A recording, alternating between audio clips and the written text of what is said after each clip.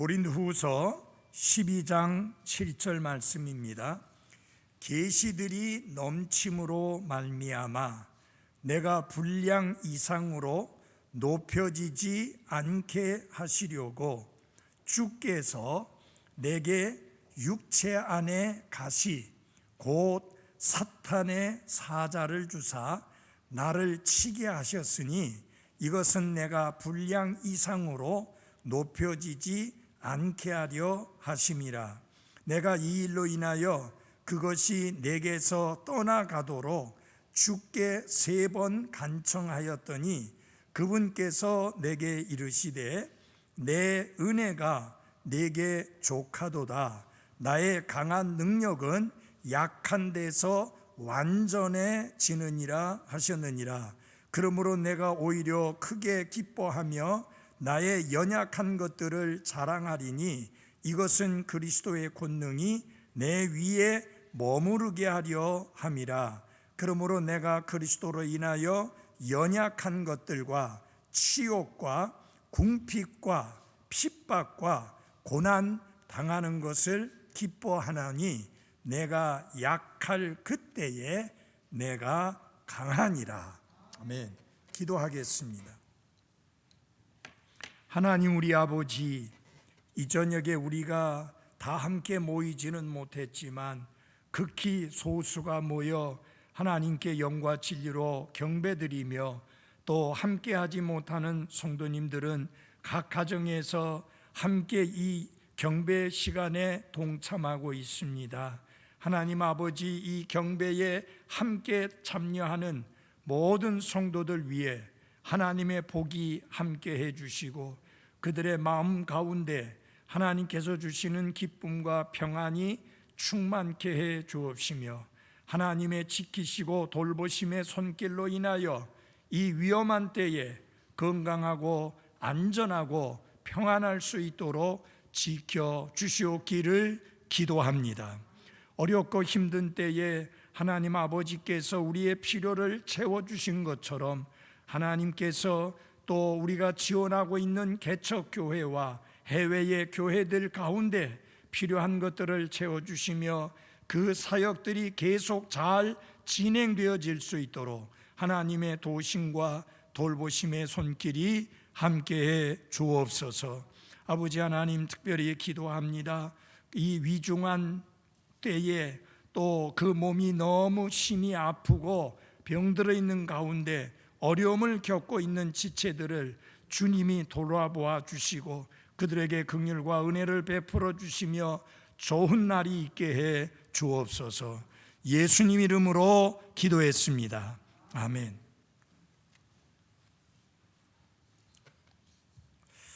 조금 전에 함께 본 본문 말씀을 보면 두 가지 중요한 내용이 강조되고 있습니다. 하나는 육체 안에 가시라고 하는 그런 말씀이고요. 또 다른 하나는 주의 은혜입니다. 그래서 오늘 저녁에는 육체 안에 가시와 주의 은혜라는 제목으로 말씀을 드리겠습니다. 지난 1월에 시작되어진 코로나 바이러스 19는 우리나라뿐만 아니라 전 세계를 공포와 두려움과 위험으로 몰아갔고 그래서 많은 사람들이 감염되었을 뿐만 아니라 수많은 사람들이 목숨을 잃게 되었습니다. 그 위험이 여러분과 저의 삶에 늘 엄습해 있었고 하나님이 우리를 이 시간까지 지켜해 주시고 보호해 주심으로 말미암아 우리가 이 마지막 수요일 경배 시간을 하나님께 감사와 기쁨으로 드릴 수 있게 된 것을 인해서 주님의 풍성하신 은혜로 인하여 감사를 드립니다. 그래서 저는 코로나 바이러스의 위험과 고통 그것을 생각하면서 또 하나 생각하는 것이 뭐냐? 주의 은혜입니다. 그 주의 은혜가 아니었다고 하면 오늘 저녁에 비록 소수이지만 우리가 이렇게 모여서 하나님께 영과 진리로 경배드리는 일이 불가능했을 것입니다. 그래서 저는 여러분의 삶에와 저의 삶에와 우리 교회 성도들 모두의 삶에 주의 은혜가 풍성했노라고 말씀드릴 수가 있습니다. 그래서 우리를 힘들게 하고 어렵게 하고 고통스럽게 하는 육체 안의 가시와 주님의 풍성한 은혜를 우리가 이 저녁에 함께 생각하고자 합니다. 사도 바울은 여러분이 잘 알고 계시는 대로 주 예수 그리스도와 그분의 복음을 위하여 극심한 고통을 당했던 분이 바로 사도 바울이었습니다. 그러나 그의 마음속에 하나님께서 부어주신 소명의식, 다시 말하면 주 예수 그리스도의 은혜의 복음을 전하는 일을 중단하지 않으려고 하는 그의 확고한 소명은 조금도 흔들리지 않았을 뿐만 아니라 그는 그 극심한 고통 속에서도 기쁨을 잃지 않았습니다. 그렇기 때문에 감옥에 갇혀 있는 상황 속에서 언제 사형을 당하게 될지 모르는 상황 속에서도 빌립보 교회 성도들에게 편지를 보내면서 계속 자주 강조한 말씀이 뭐냐? 어느 서신서보다도 가장 많이 강조한 말씀이 기쁨이요 즐거움입니다. 다시 말하면 사도 바울은 그 극심한 고통 속에서도 기쁨을 잃지 않았다고 하는 것입니다. 어떻게 그것이 가능했을까요? 주의 은혜 때문에 가능했던 것입니다. 사랑하는 여러분, 코로나 바이러스 19가 여러분과 저를 얼마나 위험하게 했으며 얼마나 우리의 삶에 많은 고통을 안겨주었습니까? 그럼에도 불구하고 우리는 주님으로 인하여 기뻐하고 즐거워하고 감사하는 가운데 이제 마지막 수요일 경배 시간을 맞았는데 어떻게 이게 가능했었느냐? 저는 한마디로 말씀드립니다. 주의 은혜 때문이었다. 사도 바울은 고린도후서 11장 23절로부터 27절 사이에서 그가 그리스도를 위하여 겪었던 말할 수 없는 극심한 고통에 대하여 아주 자세히 말씀을 하고 있습니다.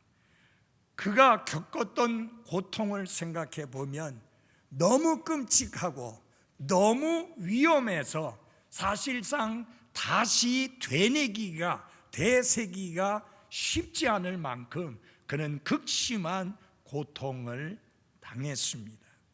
그런데 고린도후서 12장에 들어와서 또 사도 바울은 무엇을 말하느냐?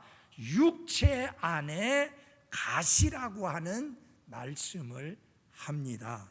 여러분, 가시에 찔려본 경험이 있죠?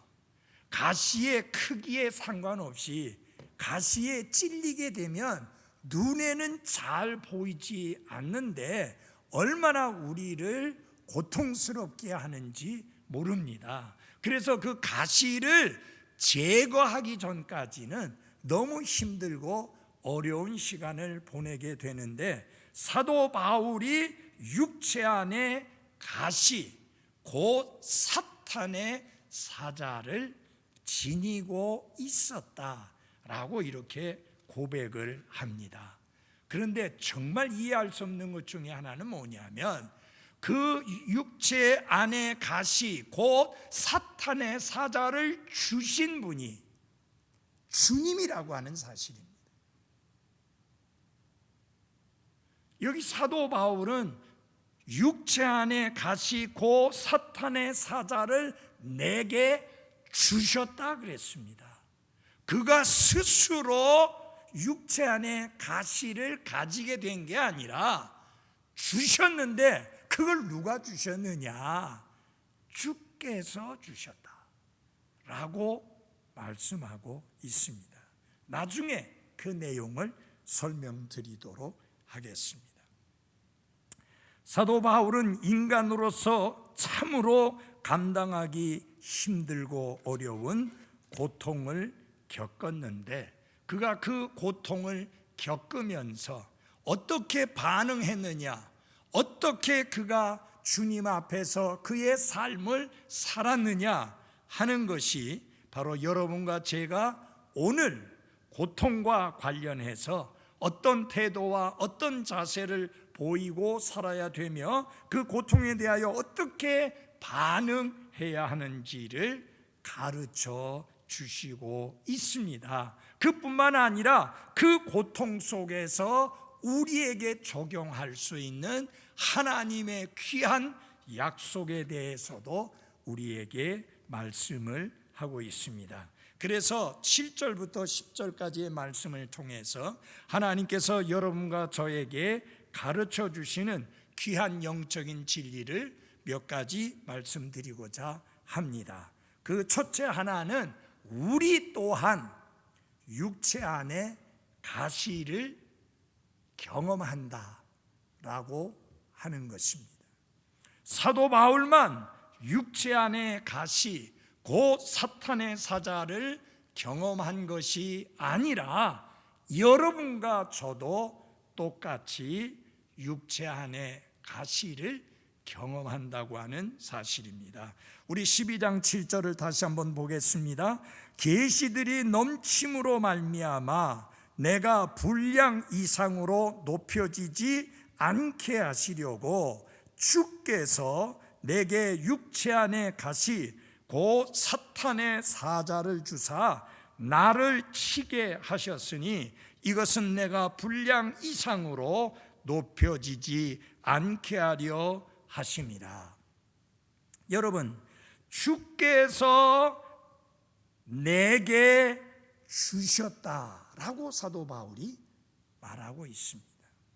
자, 여기에서 우리가 알아야 될 것은 무엇이냐면은 사도 바울에게는 하나님의 특별한 간섭으로 인하여서 육체 안에 가시를 지니게 되었다고 하는 것입니다.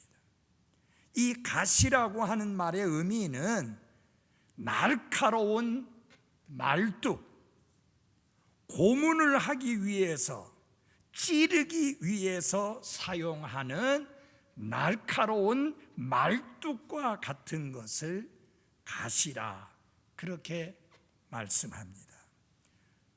자, 그 가시가 무엇이었느냐에 대하여서 다양한 주장들이 있습니다.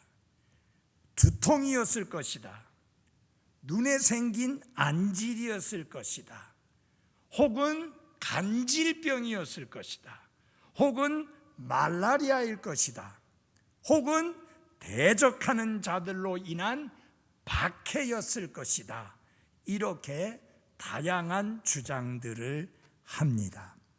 그러나 사도 바울에게 주신 육체 안의 가시, 곧 사탄의 사자가 구체적으로 무엇이었는지는 전혀 알 길이 없습니다.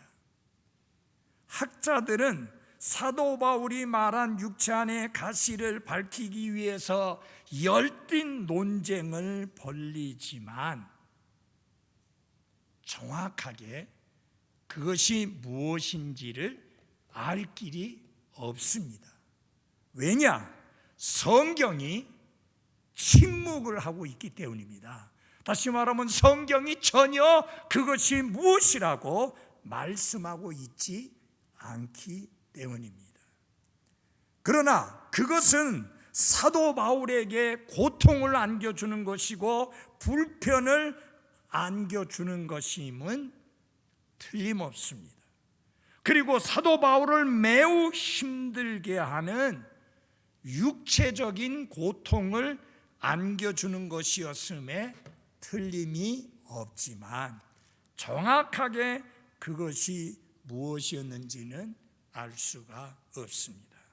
어쨌든 오히려 그것이 사도 바울에게 어떤 특별한 것이 이것이 육체 안의 가시였다고 하나님이 직접 지적해 주셨다고 하면은 우리는 이 말씀을 우리 개인 생활에 적용하기가 쉽지 않아요. 왜냐하면 나는 안질이 없는데, 나는 간질병 없는데, 나는 두통 그거 없는데, 그러면 육체 안에 가시는 나하고 상관이 없는 것이다 라고 할 수 있게 되는데, 육체 안에 가시가 무엇이라고 말씀하지 않음으로 말미암아 이 말씀을 여러분과 저에게도 적용할 수 있다는 사실을 깨닫게 됩니다. 자, 기억하십시오.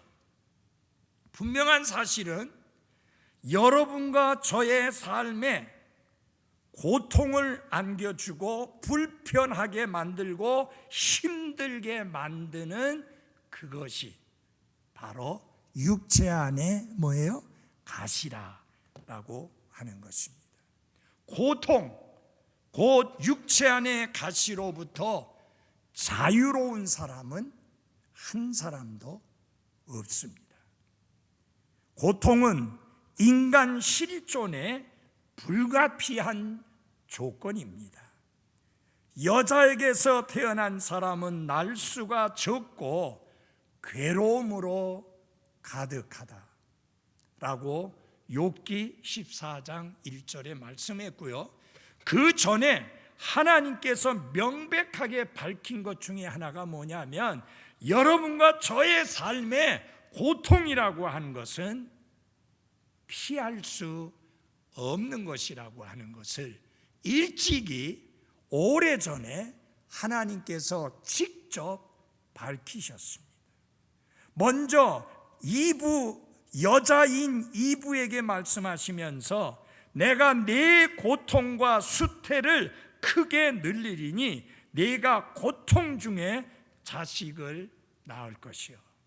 여인의 삶에 고통이 있을 것을 하나님이 엄중히 말씀하셨습니다. 그뿐만 아니라 아담에게 말씀하시면서 이렇게 말씀했습니다. 땅은 너로 인하여 저주를 받았고 너의 평생토록 고통 중에 땅의 소산을 먹으리라. 결국 뭡니까? 인류는 고통 중에 살고 고통 중에 먹고 고통 중에 마시고 고통 중에 생활하고 고통 중에 자식을 낳고 고통 중에 일상생활을 할 수밖에 없는 게 인생이다 라고 하는 것을 하나님이 분명하게 밝히셨습니다. 우리는 다양한 이유로 인해서 이 땅에서 고통을 경험합니다. 그 첫째 하나는 단순히 우리가 인간이기 때문에 고통을 당합니다. 나이가 점점 들어가면서 활력은 떨어지고 기운도 떨어지고 이곳저곳 아픈 곳이 많아지면서 고통을, 통증을 경험하게 됩니다. 젊었을 때는 패기왕성했지만 나이가 들어가면서 성한 곳이 하나도 없다고 해도 과언이 아닐 정도로 여기저기 아픈 고통을 경험합니다. 왜 그렇습니까? 인간이기 때문입니다. 다른 이유 없어요. 우리는 유한한 인간이기 때문에 늘 고통이 나의 삶에와 여러분의 삶에 함께 있는 것입니다. 우리가 고통을 겪으며 사는 것은 인간이라고 하는 연약함 속에 쌓여 있는 존재라고 하는 것을 더욱더 밝혀주고 있습니다. 그런가 하면 우리 자신의 어리석음이나 불순종 때문에 고통을 당합니다. 어떤 분들은 자기 자신의 건강을 잘 관리하지 않음으로 인하여서 다치기도 하고 여기저기 아프기도 하고 고통을 겪게 됩니다. 어리석음 때문에 그렇죠. 그런가 하면 하나님의 징계에 의해서 그들의 불순종 때문에 하나님이 징계하심으로 인하여 고통을 당하기도 합니다. 하나님은 그 사랑하시는 자를 징계하시겠다고 말씀하셨기 때문입니다. 물론 모든 고통이 하나님의 징계로 오는 것은 아닙니다. 어떤 고통은 우리를 빚으시고 더욱더 경건한 성품의 그리스도인으로 만드시기 위한 도구로서 고통을 사용하십니다. 자, 그래서 여러분과 제가 첫 번째로 배워야 될 교훈이 무엇이냐? 사도 바울에게만 육신의 가시가 있었던 것이 아니라 여러분과 저의 삶에도 육신의 가시, 곧 고통이 있다라고 하는 것입니다. 두 번째로는 육체 안에 가시를 주시는 이유는 우리의 삶에 하나님이 우리를 사랑하시면서도 우리의 삶에 고통을 허락하시는 이유는 우리가 교만하지 않도록 하기 위함이다 라고 하는 것입니다. 여기 12장 7절에 보면은 사도 바울이 이런 고백을 합니다. 내가 분량 이상으로 높여지지 않게 하시려고. 그 말을 한 번만 하는 게 아니라 12장 7절에서 두 번이나 그 말을 반복해서 합니다. 그러면서 주님께서 자신에게 육체 안에 가시를 주신 이유가 자신이 교만에 빠지지 않도록 하시기 위함이다 라고 말씀합니다. 사도 바울은 일반 사람들과는 달리 하나님께로부터 엄청난 계시를 받았고 엄청난 계시를 보는 경험을 했는데 심지어는 셋째 하늘에까지 이끌려 올라가서 사람이 말로 표현할 수 없는 놀라운 말씀들을 들었고 놀라운 광경을 보는 그런 특권을 누렸습니다. 그래서 사도 바울이 말한 대로 계시들이 넘친다 그랬습니다. 하나님이 자기에게 주신 계시가 넘쳐난다. 그래서 하나님이 내가 교만해지지 않게 하시려고 내게 육체 안에 가시를 주셨다. 사도 바울에게 특별히 주어진 이 특별한 은총, 그 많은 계시들이 그를 교만하게 할 수 있었기 때문에 하나님은 결코 사도 바울이 그런 식으로 교만에 빠지는 것을 원치 아니하셨기 때문에 그의 육체 안에 가시를 주셨다라고 말씀한 것입니다.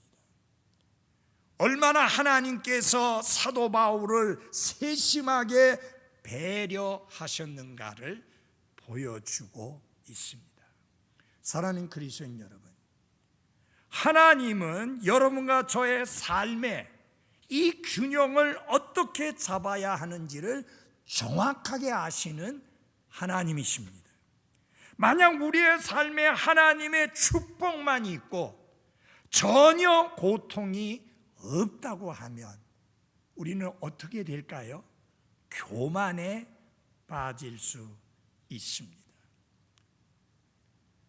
제가 어려서부터 크면서 여러 가지로 많이 힘들고 어려운 삶을 살았었는데 저는 그 어렵고 힘든 삶을 돌아볼 때마다 하나님께 감사하는 것 중에 하나는 만약에 그 어렵고 힘든 삶이 아니었다면 제가 얼마나 큰 교만에 빠져서 예수 그리스도를 구원자와 주님으로 믿지도 아니하고 하나님과 상관없는 삶을 살았겠는가를 생각해 볼 때 그 고통은, 그 아픔은, 그 어려움은, 그 시련은 저에게 복이 되었다라고 말씀드릴 수가 있습니다.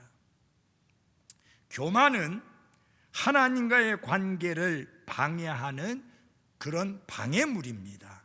그래서 우리의 삶 속에 교만하지 않게 도와주는 것은 그것이 무엇이든지 간에 그것은 다 유익한 것이다. 왜 하나님께서 여러분과 저의 삶에 고통을 허락하시느냐? 그 고통이 아니면 우리가 교만에 빠져서 하나님을 대적하거나 하나님을 부정하거나 하나님의 말씀을 외면하거나 하나님께 등을 돌릴 수 있는 교만에 빠질 수 있기 때문에 하나님께서 우리 안에, 육체 안에 가시를 허락하시는 것이다 라고 하는 것입니다. 육체 안에 가시는 사도 바울을 겸손하게 만들기 위해서 주신 것처럼 여러분과 저의 삶에 허락하신 육체 안에 가시, 곧 고통은 우리를 겸손하게 하기 위함입니다. 고통이 많은 사람들을 회개하고 하나님께 돌아와 구원받게 하는 놀라운 도구가 되었습니다. 고통을 당하기 전에 복음을 전했을 때는 전혀 듣지 않았고 받아들이려고 하지 않던 분들이 고통에 빠지면서, 큰 고통을 겪으면서 그분들이 낮아지고 예수님을 구원자와 주님으로 받아들여 구원받는 모습을 보면서 고통은 무익한 것이 아니라 인생에게 고통은 매우 유익한 의미를 갖고 있다라고 말씀드릴 수가 있습니다. 이 사탄의 사자를 주사 나를 치게 하셨다라고 사도 바울이 고백합니다. 여러분, 육체 안에 가시, 그것은 여러분과 저를 치는 그런 것입니다. 여기 친다는 말이 무슨 뜻이냐면 주먹으로 친다는 뜻입니다. 예수님을 붙잡은 자들이 예수님에게 얼굴에 침을 뱉으면서 그 다음에 주먹으로 예수님의 얼굴을 쳤는데 바로 그렇게 하는 것을 말합니다. 여러분과 저의 삶 속에 고통으로 인하여 마치 주먹으로 얼굴을 치는 것처럼 힘들고 어려운 경우들을 우리는 경험합니다. 2020년 올 한 해는 그 어느 때보다도 정말 힘들고 어렵고 고통스러운 한 해를 보냈습니다. 제 목회 50년 사역 가운데 제가 1956년 교회에 발을 들여낸 이후로 함께 모여 영과 진리로 경배 드리는 것을 방해받은 적이 한 번도 없었는데 이런 아픔, 이런 고통을 겪어야 한 것이 올 2020년입니다. 사랑하는 성도들과 함께 말씀을 나누고 사랑의 애찬을 나누며 성도의 아름다운 교제를 나누며 영과 진리로 하나님께 경배를 드리며 기쁨과 감사와 즐거움으로 찬양하며 아름다운 찬양대의 찬양을 통해서 하나님께 영광을 돌리고 우리 모두에게 복이 되는 이 귀한 시간들을 전혀 갖지 못한 채 1년 가까운 세월을 보낸 것은 저에게는 너무너무 고통스러운 시간들이었습니다.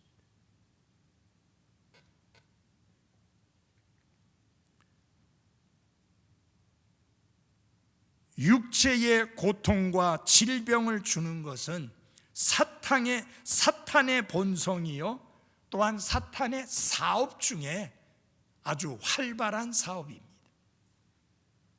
그러나 여러분, 우리가 아셔야 합니다.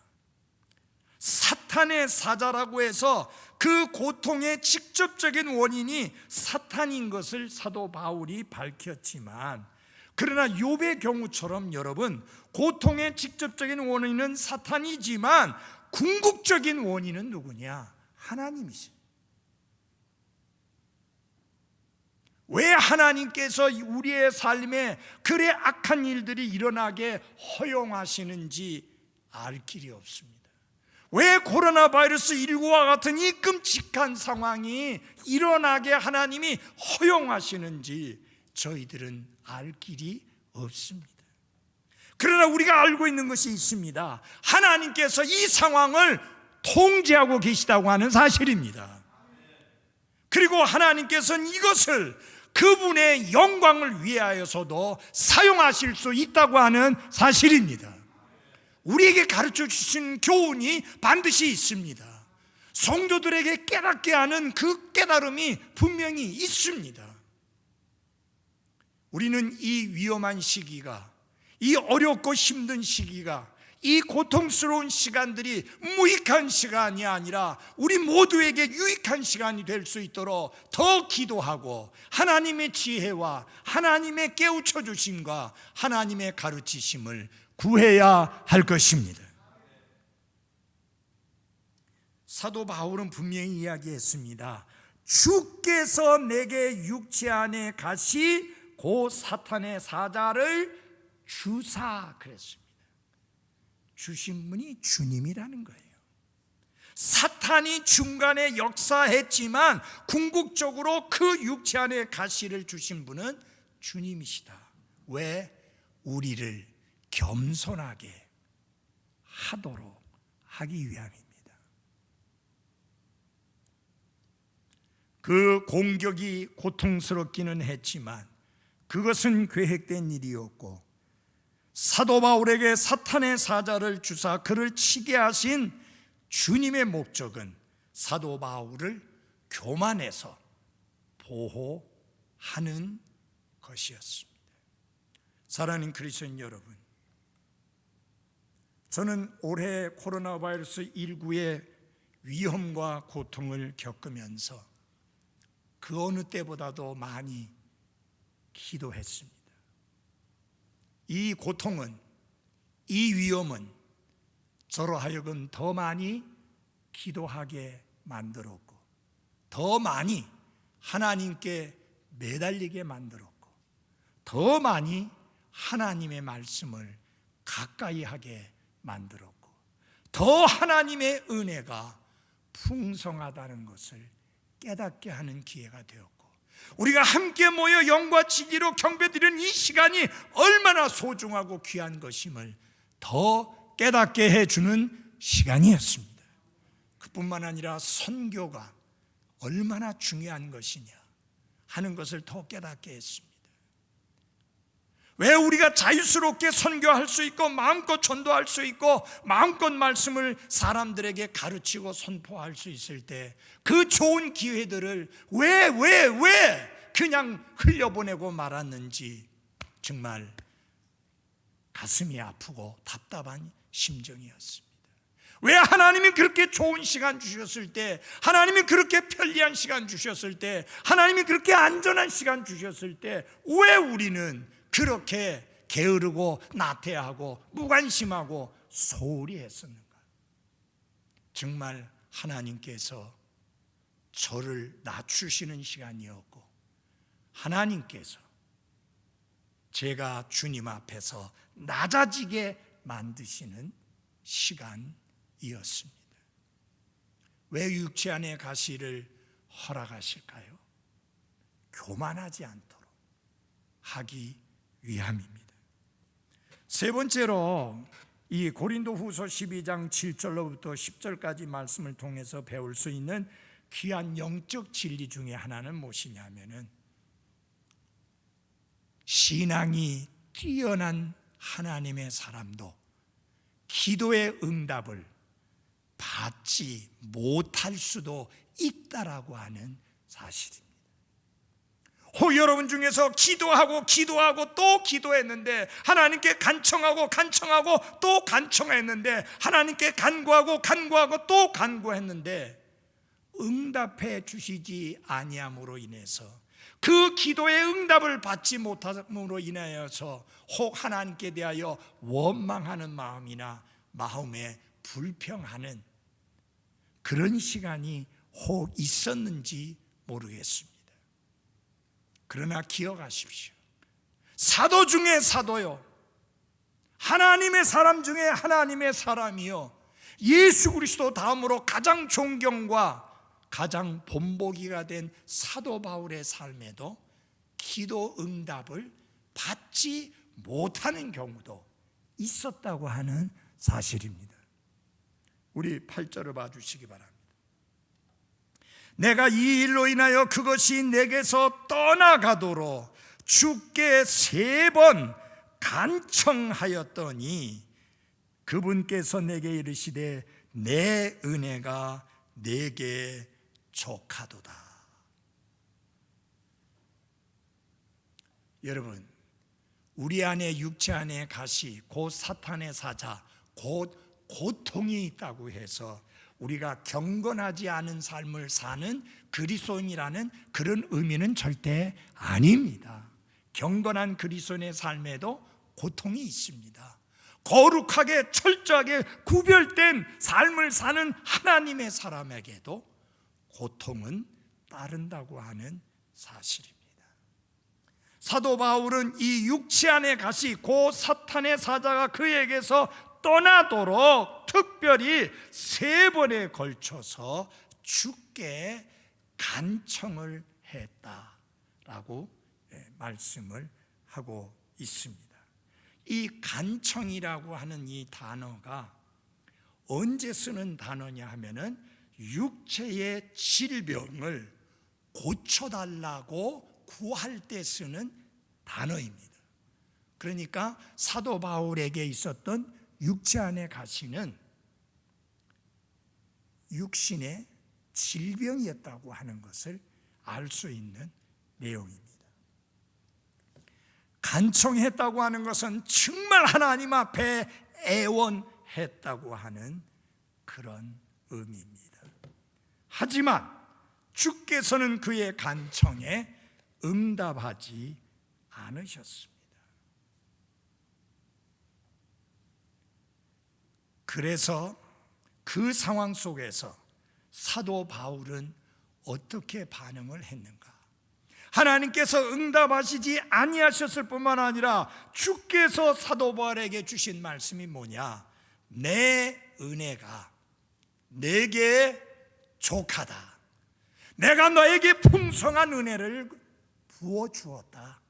그러니 더 이상 구하지 마라. 더 이상 그 문제 언급하지 마라. 이렇게 주께서 응답을 하셨습니다.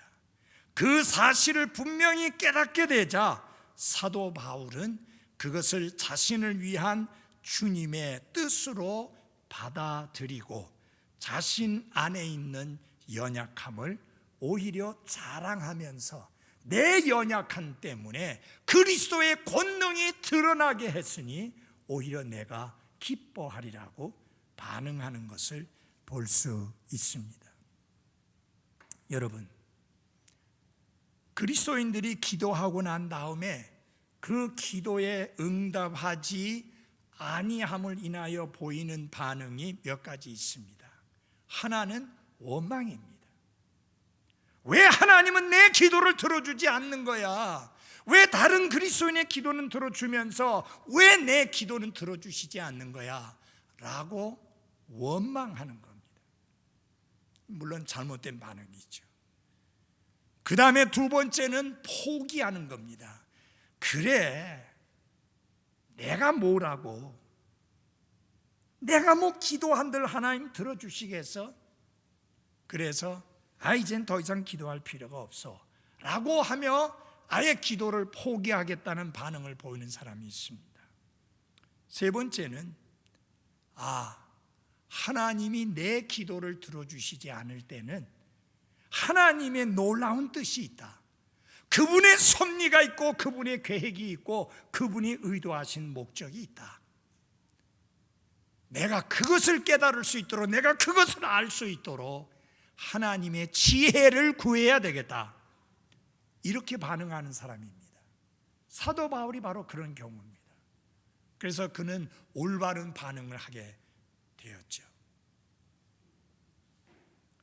여러분 잘 들어주십시오. 하나님께 우리가 기도했을 때 하나님은 언제나 우리의 요청대로 들어주셔야만 되는 심부름꾼이 아닙니다. 하나님은 우리의 심부름꾼이 아닙니다. 우리가 하나님 앞에 어떤 것을 요청했을 때, 간청했을 때 그래 알겠어 하고 얼른 들어주셔야만 하는 그런 심부름꾼이 아니에요. 여러분, 기도는 내 뜻이 하늘에서 이루어지기를 기도하는 게 아니라 하나님의 뜻이 나를 통해 이 땅에서 이루어지기를 구하는 게 기도입니다. 여러분, 이거 아셔야 돼요. 하나님이 사도 바울의 간청을, 그것도 1번, 2번도 아니고 3번, 예수님이 아버지 앞에 3번 기도하셨잖아요. 식탁을 앞두고 진짜 사도 바울도 그 이마에 진짜 피땀이 흘러내리듯이 하나님 앞에 씨름하는 기도를 3번이나 했는데 3번 다 노였습니다. 여러분, 하나님이 기도를 들어주지 않았으니까 하나님이 사도 바울을 사랑하지 않는 건가요? 아니에요. 사도 바울의 간청처럼 육체 안의 가시를 제거해 주시지는 않았지만, 그래서 그것이 계속해서 있었지만, 그러나 주님은 그것을 견딜 수 있는 은혜를 주셨습니다. 그게 중요한 거예요. 우리의 기도가 응답되지 않았다고 해서, 우리의 기도 제목대로, 우리의 간청대로 응답되지 않았다고 해서 문제가 해결되지 않은 것이라고 생각해서는 안 됩니다.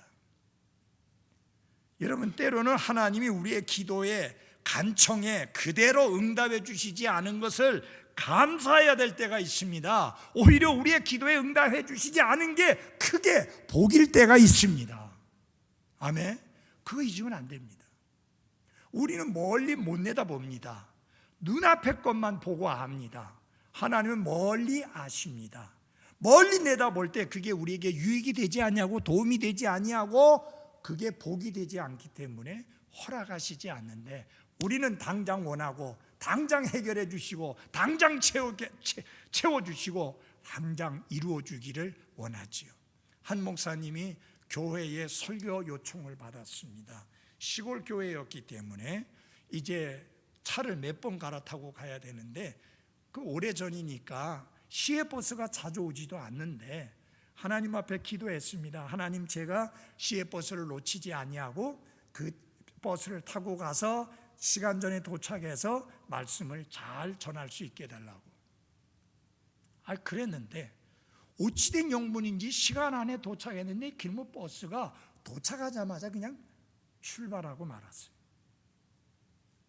그래서 하나님 앞에 막 불만을 토해내놨습니다. 하나님, 내가 놀러 가는 것도 아니고 말씀 전하러 가는데 그 시간 저 버스 놓치면 내가 늦는데 어떻게 이럴 수가 있습니까? 하고 원망을 했는데, 마침 할 수 없이 다음 버스를 타고 가는데 가다 보니까 그 버스가 사고가 나서 뒤집어져 있습니다.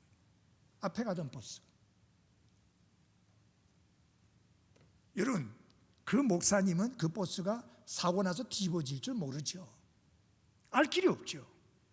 그러나 하나님은 아시잖아요. 때때로 하나님께서 우리의 간청에 응답하지 않았을 때, 오히려 우리의 간청에 응답하는 것이 우리에게 해가 되고 유익이 되지 않기 때문에 허락하시지 않을 수도 있다는 사실을 잊지 마십시오. 사도 바울의 기도를 응답하시지 않은 이유는 무엇일까요?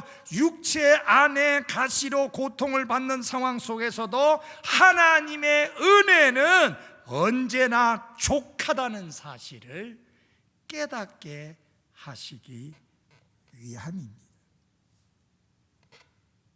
이 족하도다라고 하는 이 단어는요, 사도 바울이 당하는 고난 중에 주님의 은혜를 지속적으로 받을 수 있다는 것을 보여주는 의미의 단어입니다. 육체적인 고통이든 영적인 고통이든 인간 관계에서 비롯되는 고통이든 아무 상관없이 주님께서 필요한 은혜를 베푸시며 그분의 은혜가 족하다고 하는 사실입니다. 여러분, 주님이 고통을 제거하시지 않을 수 있습니다. 그러나 주님은 그것을 능히 감당할 수 있는 은혜를 주시는 분인 것을 기억하고 감사하십시오. 자, 경건한 그리스도인도, 영적으로 뛰어난 하나님의 사람도 그 기도에 응답을 받지 못할 때가 있다. 그러므로 여러분의 기도가 여러분이 간청한 대로 응답되지 않을 때 원망하거나 불평하지 말고 주님이 무엇을 가르쳐 주시려고 하는지 깨닫고 배우는 시간이 되시기를 바랍니다. 그래서요, 왜라고 하는 질문보다는 무엇이라는 질문을 많이 해야 됩니다. Why? 왜요 말고 what? 주님이 무엇을 가르쳐 주시려고 합니까? 주님이 제가 무엇을 깨닫기를 원합니까? 주님은 내가 무엇을 알기를 원하십니까? 우리는 그것에 초점을 맞춰야 합니다. 마지막으로 은혜는 모든 필요에 대처할 수 있는 능력을 주신다라고 하는 것입니다. 우리 12장 9절 후반부부터 읽어드리겠습니다. 그러므로 내가 오히려 크게 기뻐하며 나의 연약한 것들을 자랑하리니 이것은 그리스도의 권능이 내 위에 머무르게 하려 함이라. 그러므로 내가 그리스도로 인하여 연약한 것들과 치욕과 궁핍과 핍박과 고난당하는 것을 기뻐하노니 내가 약할 그때에 내가 강하니라. 주의 은혜는 사도 바울로 하여금 그의 연약함을 받아들이게 했고 그 연약함 안에서 주의 영광을 보게 했고 기뻐하게 했습니다.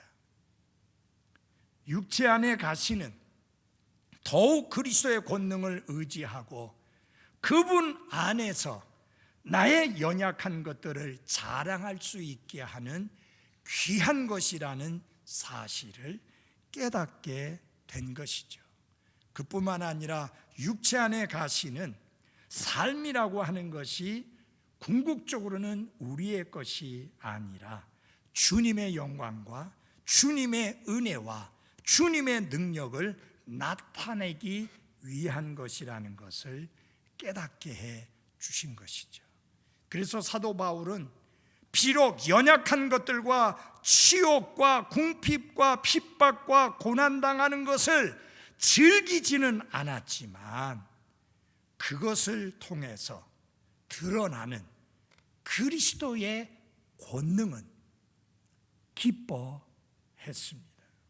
사랑하는 그리스도인 여러분, 우리 안에 있는 연약함, 그것은 부끄러운 것이 아닙니다. 그러므로 우리의 연약함을 감추거나 부정하려고 하지 마십시오. 늘 우리가 강한 자요, 우리가 늘 담대한 자요, 우리가 전혀 염려하지 않는 자요, 우리가 늘 평안을 누리는 자요, 우리가 늘 충만함을 누리는 사람이라고 그렇게 보이려고 애쓰지 마십시오. 우리의 연약함은 오히려 그리스도의 권능을 더욱 돋보이게 하는 것이라는 사실을 명심하기를 바랍니다. 제가 재송동 건물을 구입을 했다가 겪었던 어려움 때문에 많이 약한 모습을 성도들 앞에 보였습니다. 근데 성도들이 되게 좋아하더라고요. 그러면 왜 좋아했는가? 우리 목사님도 우리와 똑같은 성정을 가진 인간이구나. 목사님도 실망할 때도 있구나. 목사님도 낙심할 때가 있구나. 목사님도 좌절할 때가 있구나. 목사님도 힘들어할 때가 있구나. 그것을 보면서 어떻게 되는지 아세요? 더 목사님을 위해서 기도해야 되겠다. 더 목사님을 격려해야 되겠다. 더 목사님에게 용기를 북돋아 줘야 되겠다. 그런 모습들을 보이는 것을 발견했습니다. 그래서 내 연약함을 보이는 게 부끄러움이 아니고 수치가 아니다. 사는 그리스도인 여러분, 사도 바울에게도 연약함이 있었다면 여러분과 저야 오죽하겠습니까? 그런데 왜 우리의 삶에 하나님이 연약함을 허락하십니까? 주님의 은혜가 너무 족하다는 것을 깨닫게 하시고 주님의 권능이 강하고 크다고 하는 것을 여러분과 저가 깨닫도록 하기 위함인 것입니다. 사랑하는 그리스도인 여러분, 아무리 사탄이 혹독한 가시로 우리를 괴롭힌다 할지라도 주의 은혜는 그것을 능히 극복하고 감당할 수 있을 만큼 충분히 크고 충분히 높고 충분히 깊다는 사실을 잊지 마시기를 바랍니다. 그분의 은혜로 우리가 죄들을 용서받았고 구원받았습니다. 또 그분의 은혜로 여러 가지 힘들고 어려운 상황 속에서도 능히 이기고 승리할 수 있는 삶을 살아갈 수 있다고 하는 사실입니다. 그래서 은혜를 대처하는 은혜라. 우리가 은혜로 구원받았는데 그럼 은혜 대신에 대체할 만한 것이 뭐냐? 역시 은혜로 구원받은 것처럼 그리스도의 삶에도 오직 은혜뿐입니다. 여러분, 우리의 연약함, 우리 육체 안에 있는 가시, 이것은 바로 주님의 은혜가 얼마나 귀하고 소중하고 얼마나 족한 것인가를 깨닫게 하기 위함이다 라고 하는 사실입니다.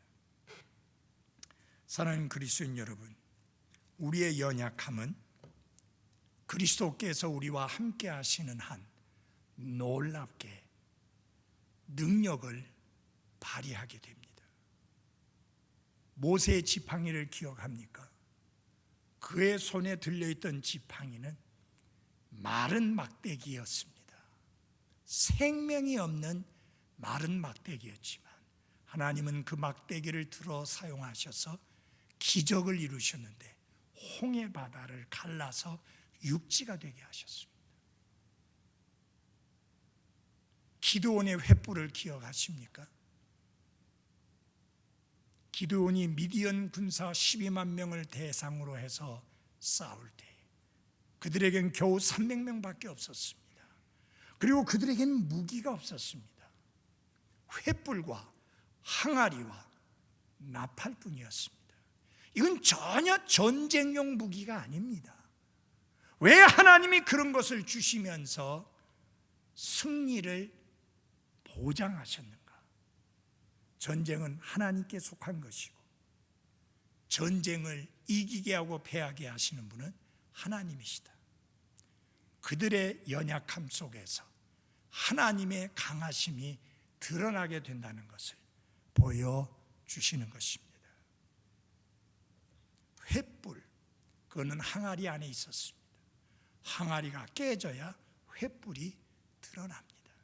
우리가 깨지고 부서질 때 그리스도의 권능이 드러나게 되어 있습니다. 마지막으로 다윗의 물인매, 개역성경에 있는 물매를 기억해 보시기 바랍니다. 거인 골리앗은 무시무시하게 큰 칼을 들고 나왔고 창을 들고 나왔습니다. 그러나 다윗이 들고 나간 것은 매끈매끈한 돌 5개하고 물인매 뿐이었습니다. 여러분, 어떻게 골리앗 장군이 쓰러졌을까요? 그가 돌을 물인매에 달아서 그 다음에 뱅글뱅글 돌려서 이렇게 던졌을 때 여러분, 그게 조금이라도 빗나가 버리면 끝납니다. 정확하게 이마에 가서 맞았고 가서 박혀버렸습니다. 그래서 그 거구에 골리앗이 쓰러졌습니다. 여러분, 그 보잘것없는 작은 돌이 골리앗 장군을 이기게 한 것은 다윗의 힘, 다윗의 지혜 아니고 하나님의 권능이었습니다. 약한 것, 연약한 것, 천한 것을 들어쓰시어서 강한 것, 대단한 것을 부끄럽게 만드는 하나님이시죠. 그래서 여러분 못 배운 거 원망하지 마세요. 많은 것을 갖고 있지 못한 거 염려하지 마세요. 불평하지 마세요. 내가 특별히 건강하지 못한 거 원망하지 마세요. 그 연약함이 더 주님 앞에 무릎 꿇게 하고 더 주님을 높이게 하고 더 주님의 은혜를 구하게 한다면 그 연약함도 복이 된다는 사실을 잊지 마시기를 바랍니다. 기도하겠습니다. 은혜로우신 아버지 하나님, 2020년 마지막 수요일 경배 시간을 마칩니다. 지금까지 이 위험과 고통 속에서 저희들이 건강하고 안전하고 평안하게 지낼 수 있었던 것, 주님의 은혜였음을 고백합니다. 주님의 은혜가 아니었으면 우리 가운데 어느 누구도 안전하지 못했고, 어느 누구도 평안할 수 없었고, 어느 누구도 건강할 수 없었습니다. 주님의 은혜가 우리를 건강하게 지켜주었고, 안전하게 지켜주셨고, 우리의 필요를 채워주신 것을 인하여 감사드립니다. 비록 코로나 바이러스 19 이전처럼 그렇게 많은 것으로 채워지지는 않았지만 하나님이 우리의 필요한 것을 채워주신 은혜를 인하여 감사드립니다. 2020년 한 해에도 함께 모이지 못하는 날들이 많이 있었음에도 불구하고 하나님께 신실하게 드린 성도들로 인하여 감사드리며, 그로 인하여 주의 사역이 계속될 수 있었고 선교 후원을 계속할 수 있었음을 감사드리며, 교육관 건축을 위한 적립금을 모을 수 있었음을 인하여 감사드립니다. 그 드림의 손길에 하나님의 보상이 함께 해주시옵기를 기도합니다. 다가오는 새해에도 하나님의 은혜로 인하여 건강하고 안전하고 평안한 새해를 맞을 수 있게 해주시고, 새해를 맞는 모든 성도들의 삶에 하나님의 복이 함께해 주옵소서. 그리고 새해를 맞이해서 속히 우리가 다시 모일 수 있도록 하나님 긍휼과 은혜를 베풀어 주옵소서. 예수님의 이름으로 기도했습니다. 아멘.